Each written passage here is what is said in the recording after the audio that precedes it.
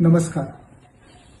लोकसभेमध्ये आज जन्म आणि मृत्यू नोंदणी दुरुस्ती विधेयक 2026 मंजूर झालेले आहे. माननीय केंद्रीय गृहमंत्री अमित शहा यांच्या वतीने 1969च्या या कायद्यामध्ये संशोधन करून नवीन कायदा अंमलात आणलेला आहे. यामुळे नागरिकांना बराचसा फायदा होणार आहे.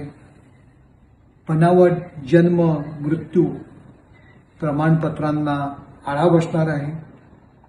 जमीन वारसा पेन्शन सरकारी योजना आणि नागरिकत्वाच्या संबंधित जी काही फसवणूक केली जाते ती कमी होणार आहे. जन्म प्रमाणपत्राची मुळात विश्वासार्हता वाढणार आहे.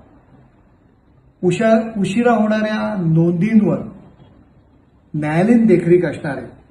पूर्वी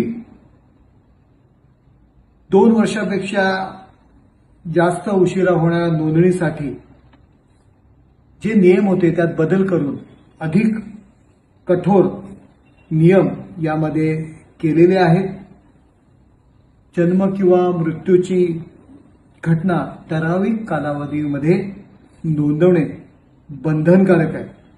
1 वर्षापेक्षा जास्त उशीर झाला कार्यकारी दंडाधिकाऱ्याच्या आदेशाने पूर्वी नोंदणी करता येत होती, परंतु आता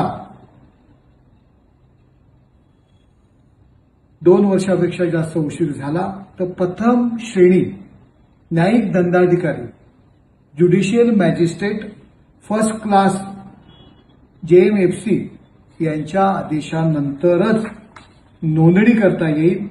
पूर्वी हा अधिकारी कार्यकारी दंडाधिकाऱ्यांकडे होता. यामुळे बरेच जण याचा गैरफायदा घ्यायचे.